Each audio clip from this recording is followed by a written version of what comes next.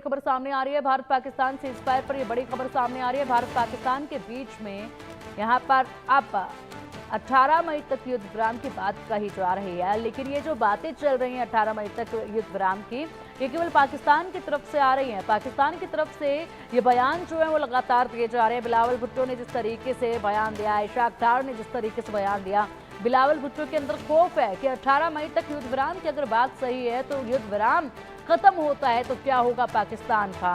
दूसरी तरफ इशाक डार जो हैं वो बड़ी बड़ी बातें करते हैं कि 18 मई तक की सीज फायर की सहमति जो है वो जताई गई थी, लेकिन बहुत से सवाल इसी के साथ खड़े होते हैं कि 18 मई तक सीज फायर की अगर बात थी तो 18 मई को अगर बैठक नहीं होती है तो क्या होगा, 18 मई को बैठक होती है तो कब तक की अवधि आगे बढ़ाई जाएगी।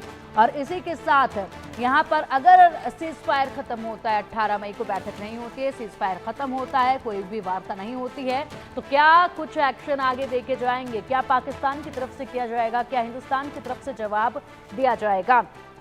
क्योंकि यहाँ पर अब सीज फायर पर सबकी निगाहें टिकी हुई हैं। बयान जो है वो लगातार आने शुरू हो चुके हैं सीज फायर को लेकर, और इसीलिए अब जो है साफ तौर पर डर का माहौल एक बार फिर पाकिस्तान में नजर आ रहा है। चलिए इसी पर खास मेहमानों का रुख करेंगे। हमारे साथ रिटायर्ड मेजर जनरल अनुज माथुर जी हैं, डिफेंस एक्सपर्ट। सर बहुत स्वागत है आपका इंडिया न्यूज पर। और इसी के साथ फॉरेन अफेयर एक्सपर्ट मनन द्विवेदी जी हमारे साथ है। सर बहुत स्वागत है आपका भी इंडिया न्यूज पर।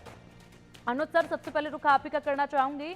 पाकिस्तान जो है वो लगातार पहले अपनी जीत का जश्न मनाता रहा, हालांकि वो जीत उन्होंने ख्वाबों में देखी, हकीकत में तो थी नहीं। रिपोर्ट कहीं की पढ़ सकते नहीं है जहां पर पूरी दुनिया चर्चा कर रही है किस तरीके से हिंदुस्तान ने कामयाबी हासिल की 4 दिन के केवल इस युद्ध में, मिनी युद्ध में। उसके बाद अब यहाँ पर एक नया सफूका जो छोड़ा जा रहा है वो यही है कि 18 मई तक सीज फायर की बात हुई थी। 18 मई तक सीज फायर की बात हुई थी, डर साफ तौर पर नजर आ रहा है। और क्या कुछ समझते हैं पाकिस्तान की तरफ से जो 18 मई की सीज फायर की बात कही जा रही है, इसको लेकर क्या समझते हैं, सबसे पहले ये बताइएगा। उसके बाद बहुत से सवाल हैं इस पर, एकाएक कर उन सवालों पर भी आएंगे। हाँ ठीक है पिंकी, मैं आपको एक दो बातें पहले बता देना चाहता हूँ। हम्म। देखिए, पाकिस्तान का जहां तक सवाल है, जिस प्रकार के बयानात उनके अभी नहीं 23 अप्रैल से लगातार चले चले आए जा रहे हैं, हम्म। वो तमाम बयानात अधिक सादे से ज्यादा बयान हास्यास्पद और बिल्कुल ऐसा लगता है कि कोई बचकाने बयान दे रहे हैं। अब आप देखिए, मैं आपको एक बात बताना चाहता हूं कि अगर इस परिस्थिति में जिसमें आज पाकिस्तान है, हम्म। पाकिस्तान किसी भी कीमत पे इस स्कर्मिश को एस्केलेट करना अफोर्ड नहीं कर सकता। हम्म। उसकी 3-4 बहुत इंपॉर्टेंट वजह है। एक तो पाकिस्तान ने हमारी शक्ति का प्रदर्शन देख लिया है। पाकिस्तान को यह पूरी तरह से पता है कि हम किस प्रकार से पाकिस्तान के दिल पर जाकर के हमला कर सकते हैं और बिना कोई नुकसान खाए। ये उनको पता है, बोलते वो कुछ भी रहे, उससे कोई फर्क नहीं पड़ता, लेकिन जो सत्य है वो उनको मालूम है। इसी वजह से जो उनके बयानात होंगे वो उस पर ही आधारित होने होने चाहिए। दूसरी बात ये होती है कि पाकिस्तान का जो आज की परिस्थिति में जो पॉलिटिकल इंस्टेबिलिटी है और इकोनॉमिक फ्रेजाइलनेस उनकी है, आज वो ऐसी परिस्थिति से जूझ रहे हैं कि वो बाकायदा इस बेल आउट आ गया, बेल आउट से थोड़ा बच गए, लेकिन बहुत ज्यादा उनके पास वो बची नहीं है। तो एक जो पॉलिटिकल और इकोनॉमिक इनस्टेबिलिटी है वो कहीं जाकर के इंटेंसिफाई हो सकती है, और उसके इंटेंसिफाई होने में पिंकी इनका अनरेस्ट हो सकते हैं, खास करके बलोचिस्तान और खैबर पख्तूनख्वा जैसे जैसे इलाकों में। तीसरी बात जो होती है कि इनकी सिक्योरिटी गैप्स जो हैं वो उभर करके पूरी तरह से सामने आ गए हैं। मैं सिक्योरिटी गैप्स का मतलब ये होता है कि आपके पास जो जो सेनाएं आपके पास हैं, फोर्सेस, उनको आप किस प्रकार से अप्लाई करते हो।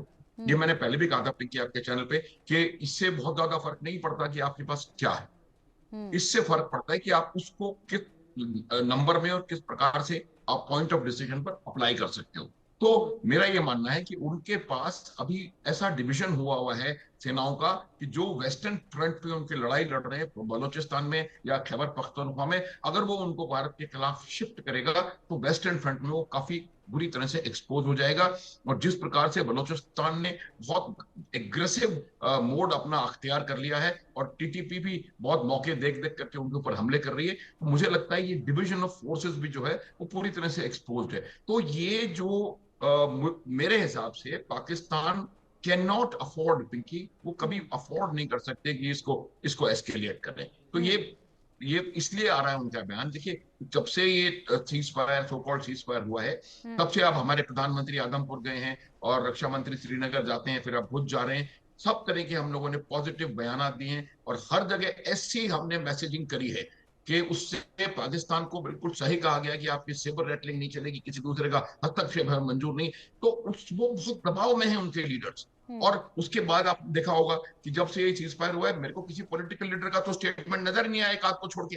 तो और स्टेटमेंट किसके आ रहे हैं? आतंकवादियों के। वो कराची में रैली कर रहे हैं, कभी कुछ कर रहे हैं, कभी कुछ कर रहे हैं। तो ये एक बहुत बड़ा उनके ऊपर दबाव है, अंतरराष्ट्रीय स्तर पर भी, अपने डोमेस्टिक ऑडियंस के लिए भी। तो उस दबाव के तहत इस प्रकार के एक दो बयान वो देते रहेंगे। मुझे नहीं लगता कि पाकिस्तान अफोर्ड कर सकता है इसको एस्केलेट करने के लिए, क्योंकि वो पूरी तरह से एक्सपोज्ड है और उनकी जो जितना उनका जबरदस्त नुकसान उनका एयर डिफेंस में और एयरफील्ड्स में हुआ है, उसकी भरपाई करना भी बड़ा मुश्किल काम है, इतनी आसानी से नहीं होगा। और अगर फिर भी वो चाहते हैं एस्केलेट करना, तो उनकी इच्छा है, उनको प्रसाद दे दिया जाएगा। पिंकी, बिल्कुल अनुज सर, बिल्कुल आपने सही कहा। और ऐसे में भले ही आईएमएफ से बेल आउट की रकम इनको मिली हो, लेकिन बार ये जो चीज़ें निकल रही हैं, ये बयान जो निकल कर सामने आ रहे हैं, ये बयान सुने जाते हैं। मनन सर, आपका रुख करना चाहूँगी।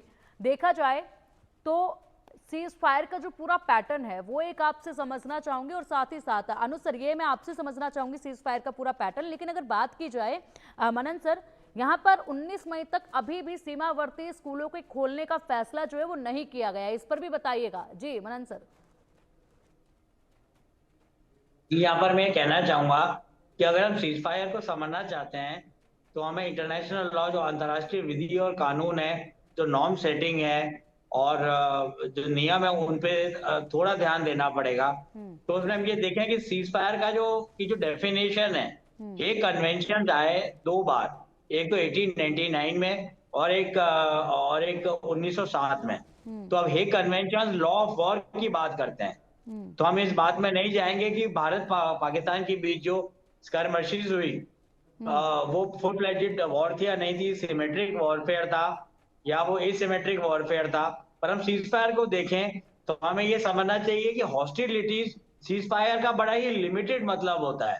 पहला मतलब तो ये कि जो हॉस्टिलिटीज होती हैं वो पूरी तरीके से रोक दी जाती हैं। और पर इसमें एक बात ध्यान रखने वाली होती है कि सीज फायर का मतलब अंतर्राष्ट्रीय विधि और इंटरनेशनल लॉ से और इंटरनेशनल ह्यूमैनिटेरियन लॉ IHL में ये कदापि नहीं है कि भारत और पाकिस्तान किसी ट्रीटी मेकिंग की तरफ या फिर किसी पीस प्रोसेस की तरफ बढ़ गए हैं। ये बात तब होती जब दोनों राष्ट्रों के बीच आर्मिस्टाइज, ये टर्म है अंतर्राष्ट्रीय विधि का, इंटरनेशनल लॉ का, आर्मिस्टाइज। आर्मिस्टाइज तो basically international court of justice में भी और मिलिट्री ट्राइब्यूनल्स में भी पूरी तरीके से एनफोर्सेबल है।